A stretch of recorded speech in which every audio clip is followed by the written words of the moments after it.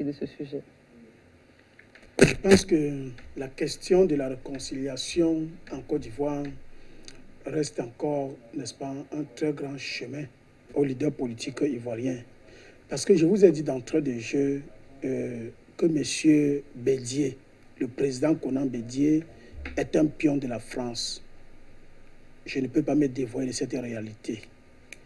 Guillaume Soro, vous ne parlez pas de lui dans cette histoire. Sa dernière démarcation, vous la connaissez très bien. Et M. Ouattara, qui a mis sur pied, durant ces 2 mandats, le thème de la réconciliation entre les Ivoiriens, n'a pas avancé d'un pas. Est-ce que vous pensez que ces acteurs politiques peuvent, en un laps de temps, s'asseoir, discuter, trouver un consensus pour l'avenir de la Côte d'Ivoire? Ce n'est pas possible. Il ne faut pas que les gens se trompent. Ce n'est pas possible. Surtout quand nous tous, nous trouvons que le point central de cette histoire, c'est la France.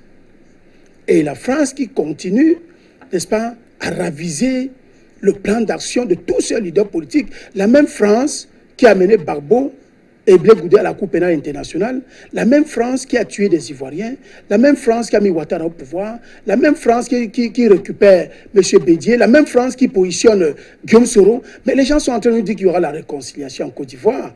Est-ce que vous pensez que pour des hommes politiques, il y a une possibilité lorsqu'ils sont séparés, lorsqu'ils sont des antagonistes, ils peuvent, en moins de 10 ans, en moins d'une décennie, trouver une solution? Tous ces gens sont encore jeunes et ambitieux. Il faut les regarder. Ces gens, ils ont encore la capacité, selon eux, de diriger la Côte d'Ivoire. Et il y a une bataille interne sur la crise post-électorale qui a eu lieu de 2010 en Côte d'Ivoire. Les gens n'ont pas encore demandé des excuses, le pardon officiel au peuple ivoirien. Personne d'entre eux. Personne. M. Ouattara est en train de finir son pouvoir, ses 2 mandats, et Ouattara n'a jamais présenté des excuses au peuple ivoirien. M. Bédié lui-même ne l'a pas fait. Alors, moi je pense qu'il y a une sincérité en politique. C'est que quand on est devant une situation comme celle-ci, on écarte tous les hommes politiques qui ont été à l'origine de la crise en Côte d'Ivoire. On doit les mettre tous à côté. Il y a des acteurs majeurs dans une société. Il y a les acteurs religieux, il y a les acteurs traditionnels. Ils existent bien, qui sont des personnes crédibles en Côte d'Ivoire. Et que ce sont ces gens que les hommes politiques devaient faire asseoir quelque part et leur donner la feuille de route et leur demander de ressortir après, n'est-ce pas, cette assise, des propositions importantes pour l'avenir de la Côte d'Ivoire.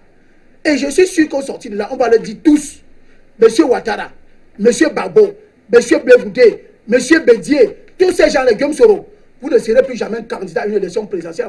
Voilà où la réconciliation commence. Que tous ces gens ne se présentent à aucune élection en Côte d'Ivoire. Qu'on laisse des nouvelles personnes. Les Ivoiriens, ils ont des gens, ils ont la diaspora, comme ils le disent eux-mêmes. Ils ont des Ivoiriens qui sont à l'étranger, à New York, aux États-Unis, en France et partout. Ces gens-là, on peut trouver au moins 10 personnes qu'on peut mettre à la tête et diriger ce pays. On peut créer, n'est-ce pas, un gouvernement de transition.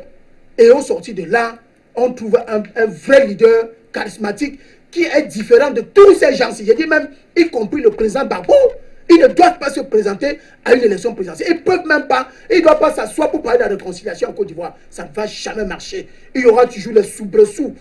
Donc moi, je pense qu'il faut que ces gens comprennent. Ça va reprendre Mme Vanessa. Si ces gars-là, l'un d'entre eux gouverne la Côte d'Ivoire, la France va récupérer, va tirer la ficelle par derrière. Et on va utiliser l'un ou 2 parmi eux et on va évincer l'autre et ça va reprendre. C'est une expérience que nous avons eue. Regardons le cas de l'Afrique du Sud. Quand Nelson Mandela arrive au pouvoir, vous croyez que c'est Nelson Mandela qui se met devant pour dire qu'il va présider la réconciliation nationale, c'est lui qui va porter la paix? Non, il ne le dit pas. Il tient un discours politique.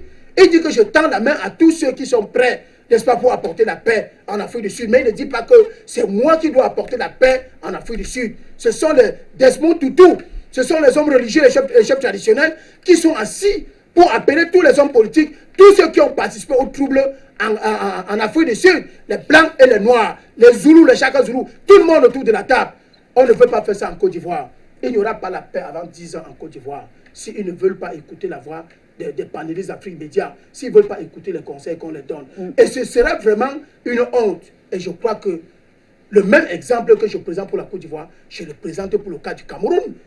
Je le présente pour le cas du Cameroun, où il y a une bataille politique, où les gens s'en vont signer les accords avec les Occidentaux parce qu'ils veulent renverser celui qui est au pouvoir. Vous croyez que ces gens, de près ou de loin, peuvent un jour s'asseoir pour penser la paix au Cameroun? Ce n'est pas possible. Donc, il y a du chemin pour les Africains et pour des leaders africains que nous sommes, Madame Vanessa. Merci beaucoup.